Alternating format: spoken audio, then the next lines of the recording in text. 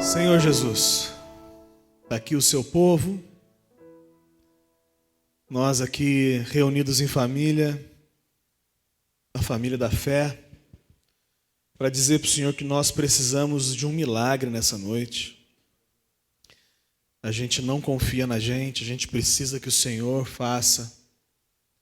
E é por isso que a gente pede, Pai, para que o Senhor passe por cima da limitação do pregador e que o Senhor trabalhe no nosso coração mesmo, Pai. Muitos irmãos já com o coração queimando, tantas coisas já foram compartilhadas. E a nossa oração é para que isso seja traduzido em transformação, Pai. Que esse sentimento que alguns já estão tendo, outros que não estão tendo, tudo isso seja convertido de um jeito sobrenatural em salvação e transformação para todos nós, Pai. Para a sua glória sempre, em nome de Jesus. Amém. Abra Hebreus 6, capítulo 1, de 1 a 3, capítulo 6, versículos de 1 a 3. São muitos textos. Se você quiser acompanhar pelo telão, eu acho que você faz um negócio melhor. Presta mais atenção na exposição. Hebreus capítulo 6, versículos de 1 a 3 diz assim: portanto, deixemos os ensinos elementares a respeito de Cristo e avancemos para a maturidade, sem lançar novamente o fundamento do arrependimento de atos que conduzem à morte, da fé em Deus, da instrução a respeito de batismos, da imposição de mãos, da ressurreição dos mortos e do juízo eterno. Assim faremos, se Deus permitir. Queria recapitular com vocês da semana passada. Na semana passada a gente falou, quero reintroduzir e dar sequência na nossa conversa. Esse texto a gente sempre leu, muitos irmãos compartilharam esse texto dizendo que são doutrinas básicas da igreja, e não são. Esses 6 assuntos não são doutrinas básicas da igreja. São doutrinas básicas a respeito de Cristo. São doutrinas, ensinos pelo qual os irmãos que ouviram e também a gente, nós conseguimos discernir Cristo revelado para a gente. Então, quando ele fala esses 6 pontos, que são arrependimento de obras mortas, fé em Deus, batismos, imposição de mãos, ressurreição de mortos e juízo eterno, juízo vindouro. Esses assuntos são assuntos que apontam para Cristo, apontam para a realidade da promessa que Deus tinha feito, que mandaria o Cristo, que resolveria esses assuntos, esses 6 assuntos, que quando acontecesse a solução, a evidência em alguém desses 6 pontos, a gente conseguiria reconhecer que esse aí é o Cristo.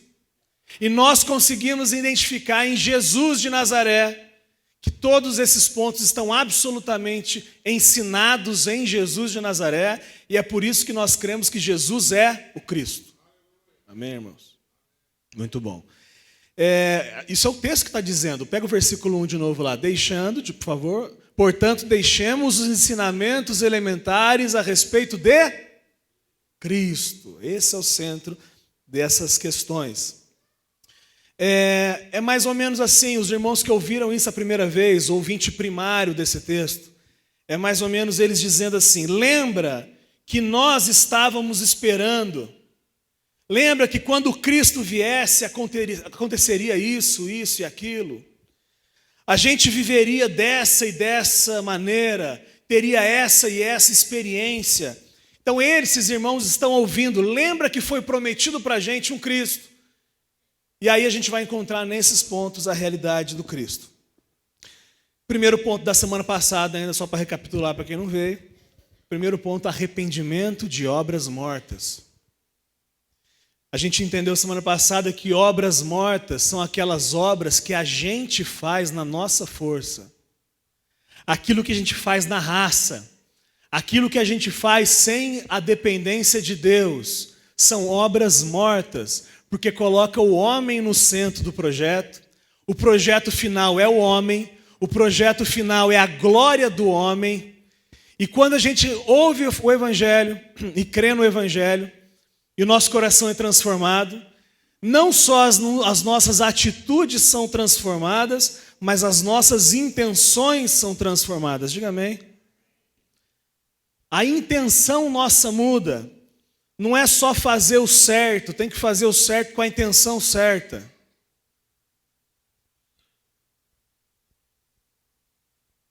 Tem um monte de gente que faz o certo com a intenção errada. Faz para a sua própria glória. A Bíblia chama isso de obras mortas. A religião, a maldita religião, todas elas são obras mortas. Obras que são feitas na força do homem. Religião não é evangelho. O evangelho não é evangélico. O evangelho é o evangelho. É a boa notícia de Deus para a gente. Que Deus enviaria e enviou a solução que nós não poderíamos com as nossas brincadeiras religiosas resolver. Aquele monte de brincadeirinha que a gente fazia na religião. Fitinha, lacinho, ir a pé para algum lugar, orar no horário específico, porque é mais difícil e Deus vai ouvir mais. Jejuns como troca. Uma abundância de regrinhas, de liturgias vazias, que colocavam no homem a responsabilidade da bênção. E aí Deus vem e fala assim, o evangelho tira de você a responsabilidade que você não consegue. Porque quando você faz na sua tradição religiosa, você se sente bem e você fala, eu sou uma delícia mesmo. Não tem nada a ver com Deus, tem a ver com você. E eu estou falando de todas as religiões, eu não estou falando das outras, eu estou dizendo das nossas também, aquelas que a gente passou. Isso são obras mortas. Hebreus 9,14, que a gente leu semana passada, diz isso. Quanto mais, então, ele falou de um monte de regrinha religiosa, tá? Depois você lê o texto inteiro. Quanto mais o sangue de Cristo, o sangue de quem, irmãos? Cristo. Relembrando da semana passada ainda, Cristo não é um nome próprio, Cristo é um título, é uma função. Deus disse que enviaria o Cristo, e nós estamos reconhecendo que Jesus é o Cristo, amém, irmãos? O sangue de quem? De Cristo. Quando que Jesus se tornou o Cristo? Quando ele morreu e ressuscitou. Antes disso era um homem, filho de Deus, isento dos seus atributos de Deus, Deus que se fez homem e foi entendendo quem era, até que ele entende que ele é chancelado nele isso.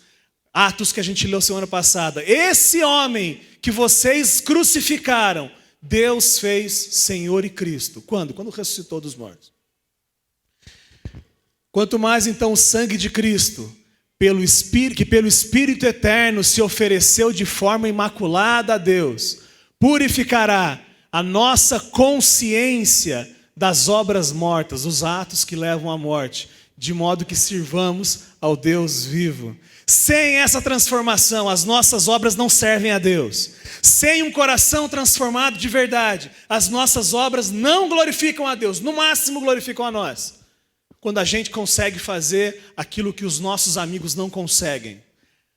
O nível de renúncia que nós conseguimos ter é uma delícia dar a entender para os outros que nós somos melhores, religiosos melhores do que eles.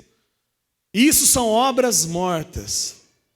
A religião nunca limpou a nossa consciência pesada com as nossas obras mortas. O que a gente acabou de ler é que a nossa consciência ela é purificada pelo sangue de Cristo. Amém, irmãos? Primeiro ponto superado. Arrependimento de obras mortas. Todo mundo tem que passar por isso. Todos nós aqui temos que necessariamente romper com a nossa tradição religiosa e familiar, que nos ensinava maneiras de sermos aceitos por Deus. Não somos aceitos por Deus pelas nossas atitudes. A Bíblia chama de trapo de imundície. Você me perdoe, a Bíblia chama de absorvente usado, essa ideia de que você consegue se salvar. Se você não passou pela experiência de se arrepender das obras mortas, você ainda não tem um relacionamento com Cristo. Misericórdia. Mas o texto continua. E ele diz que depois de se arrepender das nossas obras mortas, a gente tem que ter a fé em Deus. Abre Hebreus de 1 de novo. Hebreus 2, anterior, 1 ainda. Arrependimento de obras que conduzem à morte. O segundo pilar, a fé em Deus. Eu me arrependo das obras mortas. E a sequência disso é a fé em Deus. As obras mortas são fé em mim. Obras vivas são fé em Deus. Fé não é fazer cara feia na hora de orar. Não é falar alto na hora de orar, isso não é fé. Fé é não confiar em você. Fé é confiar em Deus e não em você. Quanto mais fé você tem, mais você confia em Deus e menos você confia em você. Então, se você diz que tem muita fé e tem muita força de vontade, você não entendeu o que é fé. Se você está ouvindo fé na boca de coach e não do evangelho, você ainda não entendeu a fé em Deus, você está na fé em você e são obras mortas. Sempre foi pela fé, irmãos. Velho Testamento sempre foi pela fé. Hebreus 11, que a gente vai falar daqui a vários meses, Hebreus 11 diz, lá a gente chama o rol da fé, não é isso? Os heróis da fé. Hebreus 11 inteiro fala da experiência desses que a gente chama de heróis, com a ótica da fé, e não com a multidão das regras religiosas. Se você conhece o texto, você não conhece uma pena, você lê depois na sua casa. O texto de Hebreus 11, ele diz assim, porque Abraão, pela fé, fez isso, recebeu isso. Moisés, pela fé, Gideão, Baraque, Jefté. E ele vai contando, ele não fala, porque Moisés cumpriu várias regrinhas da religião dele, por isso foi aceito por Deus. Não diz isso. Sempre foi pela fé. O relacionamento real com Deus, hoje e antes, no Velho Testamento, sempre foi baseado na graça, apesar da lei religiosa. Existia uma religião estabelecida que era o judaísmo. O relacionamento com Deus sempre foi pela graça, apesar do judaísmo. Hoje, o relacionamento com Deus continua sendo pela graça, apesar do evangelicalismo, apesar do catolicismo. A fé em Deus nada tem a ver com ser evangélico, ser católico, ser budista, ser nada disso. Eu queria mostrar para vocês que a fé no Velho Testamento o relacionamento com Deus sempre foi baseado em fé. Daniel 9:17, olha que interessante isso que ele fala, cara. Ouve, nosso Deus, as orações e as súplicas do teu servo. É Daniel, ok? Daniel conta a história do povo exilado, ok? Tudo que Daniel fala é profético. O que é profético, irmão? Ele fala antes o que vai acontecer. Ok? Isso é Daniel, isso são os livros proféticos. Só um parênteses aqui, o negão aqui falou da nossa academia que vai começar. Tem 3 salas, iniciante, intermediário e líderes. Se você não está em nenhuma delas, você está onde? Explica para mim.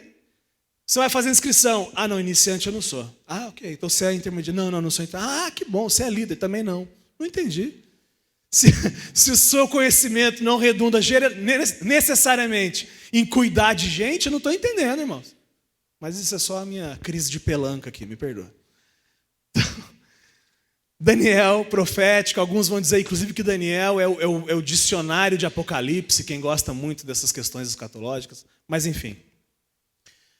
Daniel dizendo, Deus, ouve nosso Deus, as orações e as súplicas do teu servo, por amor de ti. Acho fantástico isso. Ouve por amor de nós, é isso que está escrito? É porque você ama você mesmo, cara. Porque você não volta atrás na sua palavra, Deus, eu posso me chegar a você, porque você disse que eu posso. Porque você se ama e você não volta atrás, é a segurança que eu tenho que você não vai me mandar embora. Ai, que delícia isso. Por amor de ti, Senhor, olha com bondade para o teu santuário abandonado. Inclina os teus olhos, ó Deus, e ouve. Abre os teus olhos e vê a desolação da cidade que leva o teu nome. Olha só, importante agora. não te fazemos pedidos por sermos justos, mas por causa da tua grande misericórdia. Se você ora, jejua, para de pecar e chega para falar com Deus com moral, para Ele te ouvir, porque você fez isso e aquilo, isso é exatamente o contrário de fé em Deus, é fé em você. Nós nos chegamos a Deus pelos atributos de Deus e não os nossos. Não te fazemos pedidos por sermos justos, não, a gente sabe que não é, mas baseado por causa da tua grande misericórdia. Salmo 103:10 diz assim: o Senhor Jesus, o Senhor Deus, que não nos trata conforme os nossos pecados, nem nos retribui conforme as nossas iniquidades. Ô irmãos, isso aí ó, é para dançar, irmão. Mas que delícia, cara. Eu estou dizendo que já no Velho Testamento é pela graça. O nosso Deus, que não muda, é o mesmo hoje, ontem e eternamente. E o salmista está dizendo profeticamente, entendendo profundamente o que é a relação com Deus, e ele disse: Deus, eu te dou graças, porque você não nos trata conforme os nossos pecados e nem nos retribui conforme as nossas iniquidades. Sempre foi pela graça mediante a fé. Sempre foi pela graça mediante. O texto não fala isso?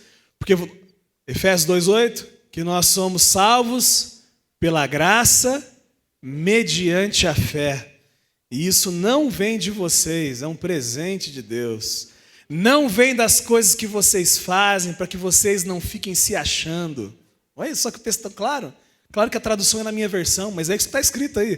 Pode ler. Que vocês são salvos pela graça por meio da fé. E isso não vem de vocês, é dom, é presente de Deus. Não por obras, não das coisas que vocês fazem, para que ninguém se glorie, para que ninguém fique se achando. Porque nós somos criação de Deus, realizada em Cristo Jesus, para fazermos boas obras, as quais Deus preparou de antemão. Essas boas obras são obras vivas. Essas boas obras que o texto está dizendo, que Deus preparou para a gente fazer, são as obras que são consequência de um coração transformado. Ou seja, quando você faz uma obra de verdade boa, não é você fazendo, é Cristo fazendo através de você. Eu estou crucificado com Cristo, e vivo não mais eu, mas é Cristo que vive em mim. E a vida que agora eu vivo na carne, eu vivo na fé do Filho. A fé de quem é, irmão? É fé sua. Eu estou morto na cruz, como é que a fé é minha? Eu estou crucificado com Cristo, estou morto. E agora quem vive? Cristo que vive em mim. E a vida que agora eu vivo na carne, eu vivo na fé do Filho. Ele que se manifesta, irmão. Continue morto, pelo amor de Deus. Deixa enterradas essas obras mortas aí e deixa Jesus fazer através de você. Jesus tem o costume de se fantasiar de você. Jesus tem o costume de ir para os lugares fantasiar de você. Continue morto, que é Jesus que vai no seu lugar, irmão. Você não precisa ficar com medo. Jesus falou isso quando você for levado a alguns lugares aí. Fica com medo não, quem vai falar sou eu. Só cala a boca que eu falo.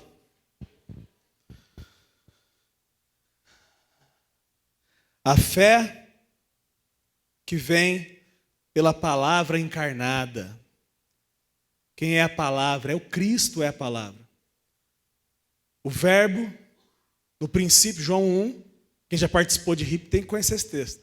No princípio, Chico, princípio era o verbo, e o verbo estava com Deus, e o verbo era Deus. Quem era o verbo? Jesus. Isso fica claro no versículo 14, de 1,14, aquele que é o verbo, aquele que é a palavra, olha só o texto, irmãos, aquele que é a palavra, tornou-se carne e viveu entre nós, e vimos a sua glória, a glória como do unigênito vindo do Pai, cheio de graça e de verdade. A fé vem por ouvir e ouvir a palavra de Deus. A palavra de Deus não é um conjunto de frases impressas num livro. A palavra de Deus é Deus encarnado. Quando a gente lê a Bíblia, a gente não está descobrindo sobre alguém, a gente está conhecendo alguém pessoalmente. A relação de ler a Bíblia, de conhecer o Deus da palavra.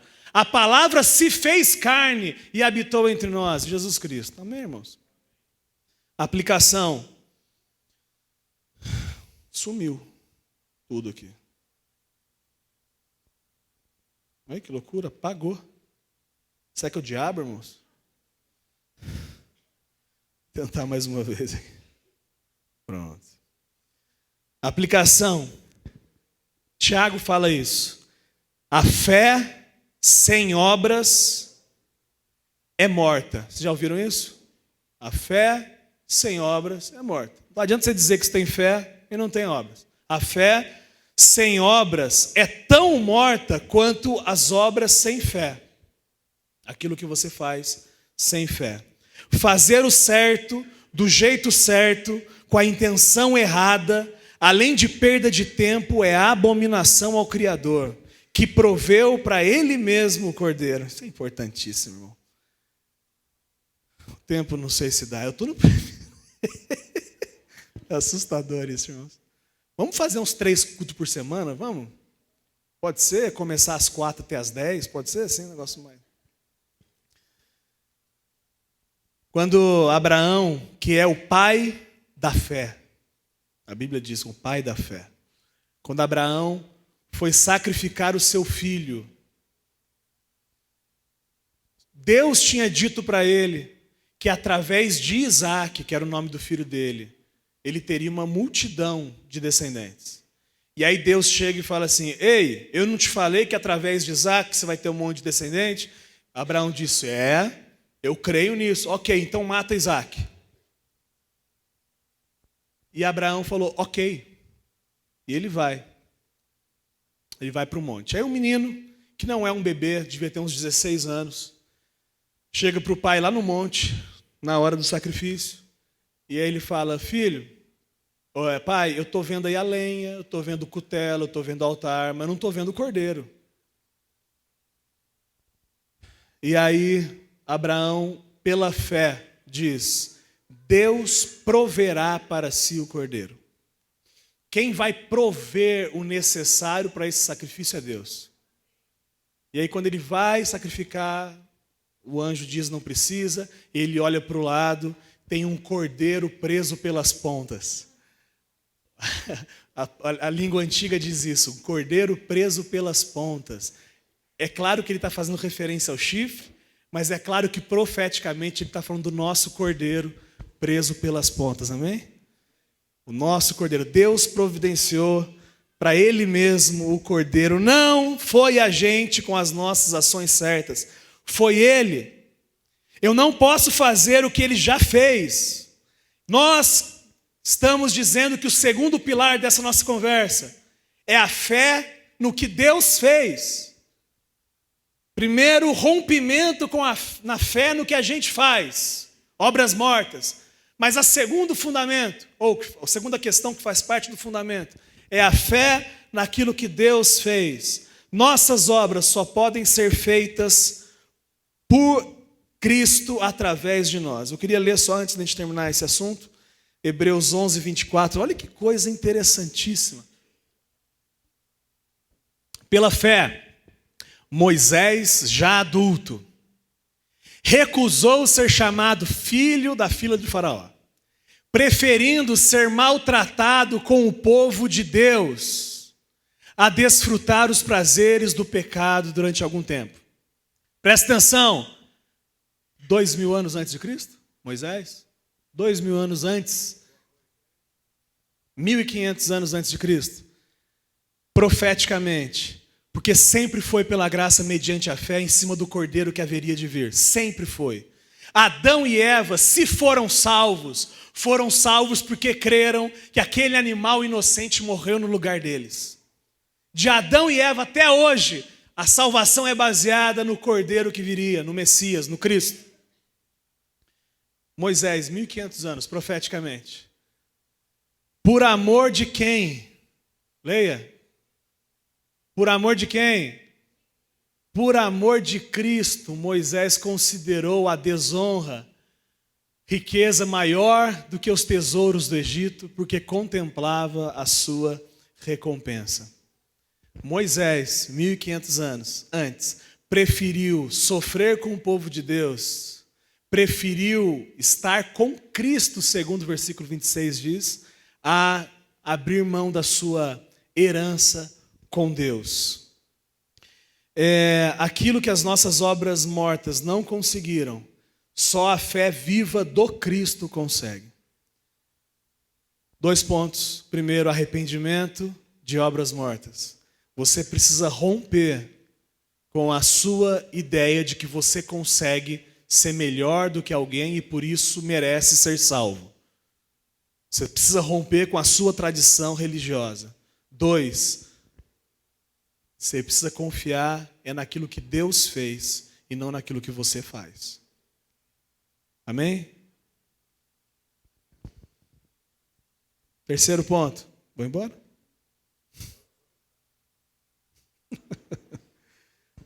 Podemos ir mais um? Tudo bem, irmãos? A gente vai estourar uns 10 minutos no máximo. Agora são 5 para as 8.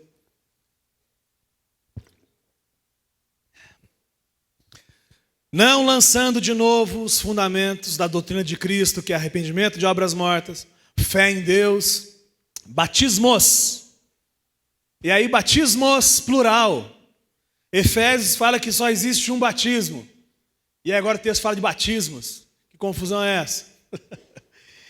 Eu queria que você abrisse aí Levítico 16. Lembra que a gente está falando, a gente está entendendo junto, que esses 6 questões que fazem parte dos fundamentos da caminhada com Deus, que são os fundamentos de Cristo, eles todos estão sendo ditos para pessoas que conhecem muito bem o Velho Testamento.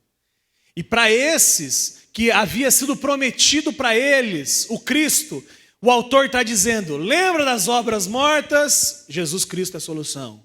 Lembra da fé em Deus? Sempre foi Jesus Cristo que era a solução. E agora ele fala batismos, aí ele vai buscar lá atrás a referência do que ele está dizendo que acontecia lá no Velho Testamento, que hoje a gente consegue discernir que fazia sentido, que estava dando direcionamento para a gente no relacionamento com Cristo. Levítico 16:1 diz assim, o Senhor falou com Moisés, depois que morreram os 2 filhos de Arão, por haverem se aproximado do Senhor. O Senhor disse a Moisés, diga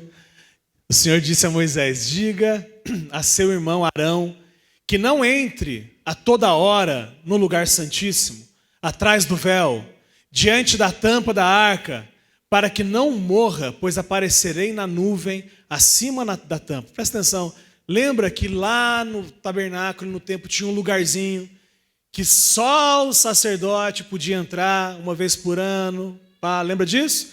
E que é isso aqui, ó, que é o véu rasgado. Lembra disso? Que o véu se rasgou e nos deu acesso a esse lugar, que inclusive o sacerdote não poderia entrar do jeito errado, que senão morreria. Acabou de contar os filhos de Arão e falou, Arão não pode entrar. Olha só o versículo 2, o Senhor disse a Moisés, diga a seu irmão Arão que não entre a toda hora no lugar santíssimo, atrás do véu, diante da tampa da arca, para que não morra, pois aparecerei na nuvem acima da tampa. Arão deverá entrar no lugar santo com um novilho como oferta pelo pecado e com um carneiro como holocausto. Ele vestirá a túnica sagrada de linho, com calções também de linho por baixo, porá o cinto de linho na cintura e também o turbante de linho. Essas vestes são sagradas, por isso ele se banhará com água antes de vesti-las. O tempo é curto, irmãos. Êxodo vai contar outras cerimônias de purificação com água. Quando o texto está falando de batismos, ele está falando das purificações sacerdotais do Velho Testamento. Quando o texto aqui fala de batismos no plural, por exemplo, Êxodo 30, 17 a 21, ele diz assim, disse então o Senhor a Moisés, faça uma bacia de bronze, e ele vai de novo dizer ao versículo 19, Arão e seus filhos lavarão as mãos e os pés, sempre rituais de purificação, para ter acesso ao Santo dos Santos, para entrar na presença do Senhor lá no Velho Testamento, eles precisavam se lavar, se banhar, estarem puros para chegar e ter acesso a Deus. Mas a gente aprendeu que tudo o que acontece no Velho Testamento é didático e está ensinando coisas, e está progressivamente ensinando das realidades das coisas que se realizam em Cristo. Tudo no Velho Testamento aponta para Cristo, aponta para o nosso relacionamento com Deus. Nós aprendemos há umas 3 semanas atrás que se nós somos filhos de Deus, irmãos, você crê, diga amém. Se você crê, você é filho, diga amém. Segundo o texto de Hebreus 5, se você é filho, você é sacerdote. Não dá para fugir.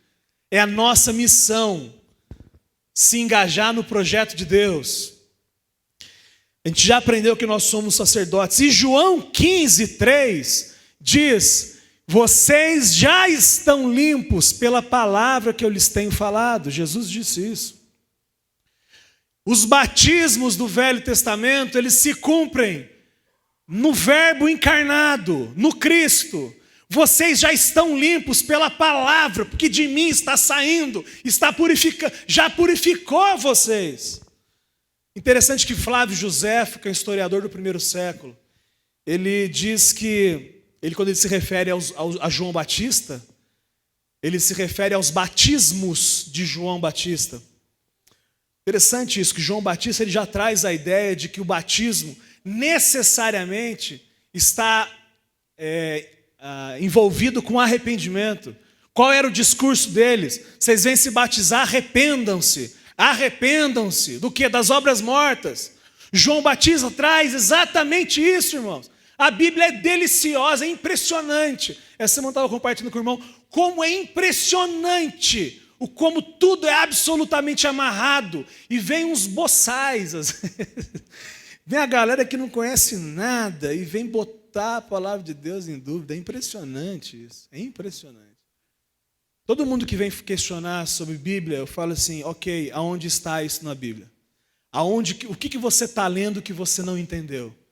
Porque todo mundo só repete o que alguém falou.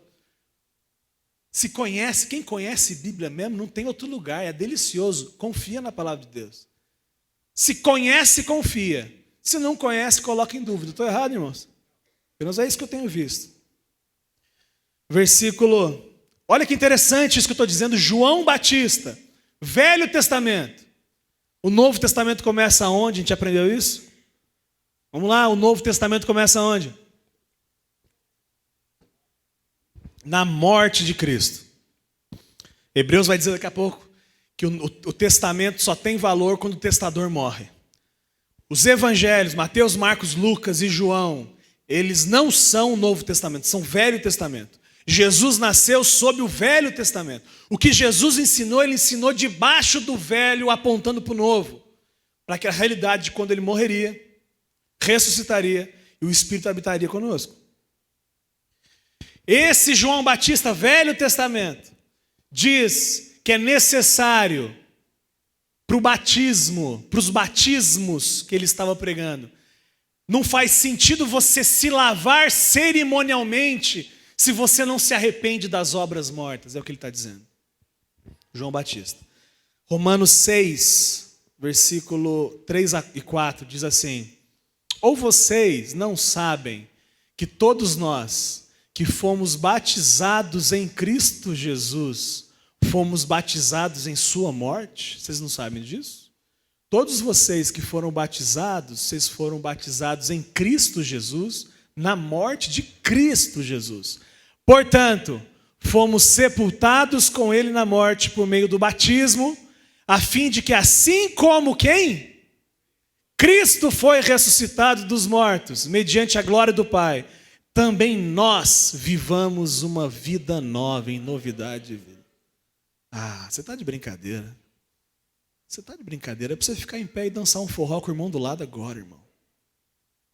É fazer festa, irmão. Se é verdade que nós fomos incluídos na morte de Cristo, portanto, fomos sepultados com ele na morte por meio do batismo, a fim de que assim como Cristo foi ressuscitado dos mortos, mediante a glória do Pai, também nós vivamos em novidade de vida, vivamos uma vida nova. Entender que a responsabilidade é nossa e que o nosso batismo é a realidade das sombras do Velho Testamento da purificação sacerdotal. Presta atenção, irmão, você não entendeu nada, mas isso é muito legal. Eu estou dizendo que o batismo, não vou perguntar, se você crê, você tem que ser batizado, irmão. A palavra de Deus diz isso. Não é opcional. Se você crê, você tem que ser batizado.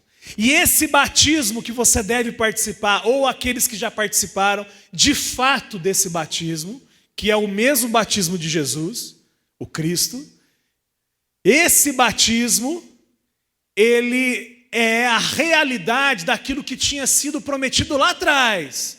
E o que é que se falava lá atrás que nós hoje vivemos no batismo? As lavagens cerimoniais dos sacerdotes. Ou seja, quando a gente passa pela experiência do batismo, estamos, pela palavra de Deus, sendo lavados para sermos sacerdote das nações.